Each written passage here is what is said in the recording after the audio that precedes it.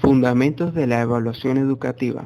Somos un grupo de estudiantes de la Cátedra de Evaluación Educativa, cursantes de la carrera de Licenciatura en Educación en el Núcleo Universitario Dr. Pedro Rincón Gutiérrez de la Universidad de los Andes. Los autores del presente material son Chacón Jorge, Cruz Jackson, Lozada David, Morillo Mayra y Parada Daniel. Fundamentos de la evaluación educativa. Contenido.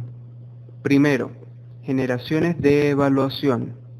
Segundo, paradigmas de evaluación. Tercero, modelos de evaluación. Generaciones de evaluación. Primera generación, del 2000 a.C. hasta 1930 después de Cristo, caracterizada por la medida. Se dará un breve repaso histórico para ver la evolución de la evaluación a través de los tiempos. Primero, antes de Cristo. En el siglo V, los antiguos griegos y filósofos evaluaban a través de cuestionarios. Sin embargo, más adelante, en el siglo II, en la antigua China, la evaluación era de manera oral para poder seleccionar los funcionarios del gobierno. En la segunda etapa, es decir, después de Cristo, vemos que entre el siglo V y el siglo XV, la evaluación toma un carácter dogmático, esto debido a que era implementada por los religiosos de la época. Sin embargo, más adelante, entre el siglo XIX y XX, en el mundo anglosajón se comienza una cierta estandarización de la evaluación.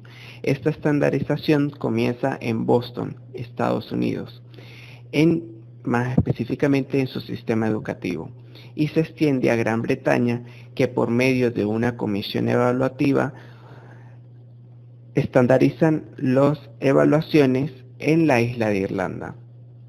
Debemos entender que en esta época la evaluación tiene como fin la medición del conocimiento y está estrechamente relacionada con el método investigativo que predominaba en la época.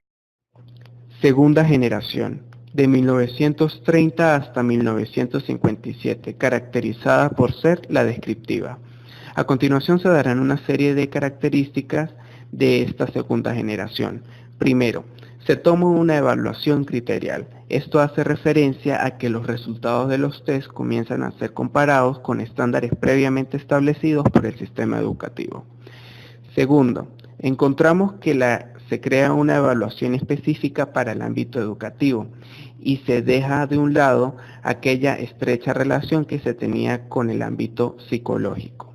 Como tercer punto, vemos que el padre de la evaluación educativa, Ralph Tyler, marca la diferenciación entre evaluar y medir, dándole prioridad a evaluar. Como cuarta característica importante es que se establecen objetivos específicos dentro de los programas para comprobar su eficacia al finalizarlos. Tercera generación, 1957 hasta 1972, la del juicio. Encontramos que el contexto donde se desarrolla es en plena Guerra Fría, cuando Estados Unidos tiene que evaluar su inversión del presupuesto dentro de su sistema educativo. A través de esta evaluación se reconoce, primero, la responsabilidad del docente para la consecución de los objetivos establecidos. Segundo, se enfoca en evaluar también las consecuencias de sus programas educativos, debido a que con los resultados de estos se van a tomar posteriormente las decisiones de si seguir o no financiando su sistema educativo público. Cuarta generación, 1972 hasta el presente, caracterizada por ser la sensible. Primero, encontramos pluralidad conceptual y metodológica. Esto hace alusión a que el evaluador comienza a integrar diferentes modelos evaluativos para llevar a cabo este proceso. Segundo, encontramos la aparición de modelos evaluativos alternativos, tales como la evaluación responsable, que hace referencia al constructivismo, la evaluación democrática, que introduce un concepto tan fundamental como es la autoevaluación, la evaluación iluminativa, que hace referencia al entorno de enseñanza-aprendizaje, la evaluación como crítica artística, que toma la educación como un arte. Tercero, encontramos la importancia social de la evaluación.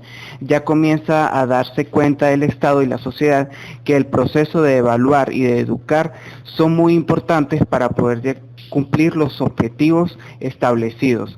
Por lo tanto, toma gran relevancia en esta generación. Bien, a continuación nosotros les hablaremos acerca de los paradigmas de la evaluación. Antes de definir los paradigmas de la evaluación, es importante destacar qué es un paradigma. Según Kuhn, un paradigma es un conjunto de suposiciones interrelacionadas respecto al mundo social que proporcionan un marco filosófico para el estudio organizado de este mundo. Bien, a lo largo de la historia se han ido configurando dos posiciones filosóficas ante la ciencia, que en el campo de las ciencias humanas y sociales llamaremos paradigmas cuantitativo y cualitativo, los cuales abordaremos en este video. A continuación yo les hablaré acerca del paradigma cuantitativo. Bien, les daré una breve descripción del paradigma.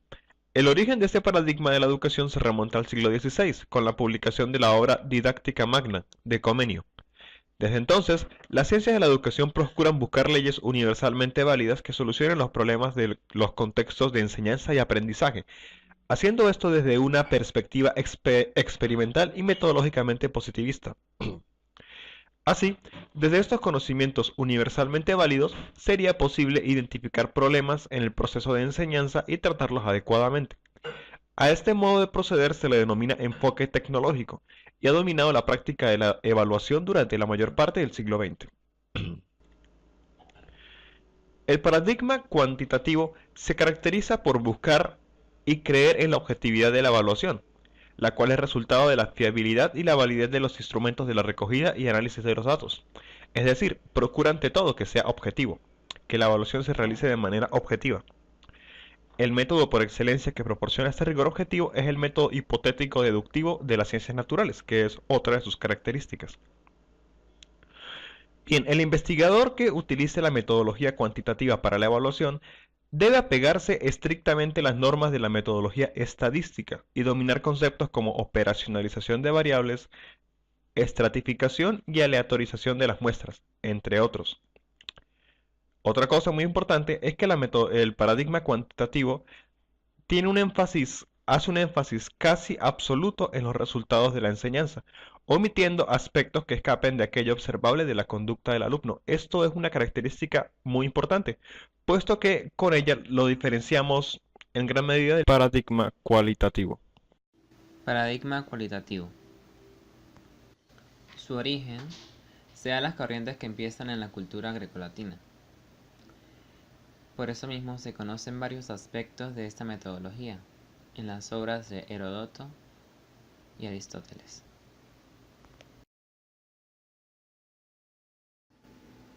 Características del paradigma cualitativo. Como primero está el fenomenologismo, interesado en comprender la conducta humana desde el propio marco de referencia de quien actúa. Segundo, fundamentado en la realidad, o sea, que está orientado a los descubrimientos exploratorio, expansionista, descriptivo e inductivo. Tercero, que sea válido, con datos reales, ricos y profundos. Como cuarta característica, la holista. El fenómeno debe ser estudiado no como la suma de las partes, sino como una totalidad organizada. Quinta, próximo a los datos. Perspectiva desde dentro. Y la sexta, observación naturalista. Se acude a situaciones comunes, procurando mantenerse lo más objetivo posible.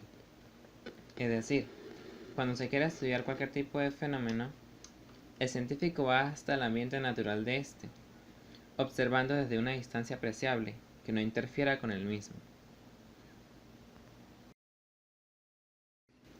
Finalidad del método cualitativo. Como primero, su interés está en la explicación de los hechos observados. Asimismo, interpretar y comprender para explicar los fenómenos. Tomando citas, La síntesis de ambos enfoques, recogida en el pensamiento expuesto por Cook y Richard en 1997, podría apuntar hacia una preocupación por la explicación comprensiva y por la comprensión explicativa de los fenómenos estudiados.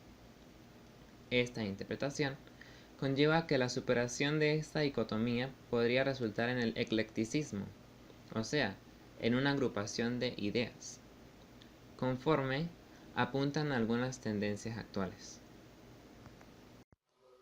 Modelos contemporáneos en evaluación educativa. La educación es la parte fundamental en el nivel medio superior, por lo que las diferentes estrategias que plantea la nueva reforma la hacen más fundamentada en su enseñanza-aprendizaje. Ahora bien, es importante la evaluación educativa dentro del nivel medio superior. Al trabajar con jóvenes implica trabajar de una forma positivista, constructivista y humanista. Modelo experimental, análisis de sistema, es un modelo de evaluación en la concepción de la enseñanza como estrategia. Modelo de evaluación por objetivo de comportamiento, modelo que sigue un comportamiento se realiza mediante test de rendimiento y la clave del modelo reside en la definición operativa de los objetivos del programa. Modelo de evaluación como información para la adoptación de decisiones. Este modelo se concibe como prescriptivo, convirtiéndose en un instrumento para la clarificación o para el refuerzo de la imposición. Modelos cualitativos, crítica artística. El modelo de crítica artística aplicado a la evaluación educativa se asienta en una concepción de la enseñanza como un arte y del profesor como un artista. Modelo de evaluación basado en la negociación. El modelo solo puede analizarse por medio del estudio de caso utilizando estrategias de enfoque progresivo en la observación participativa y entrevistas informales.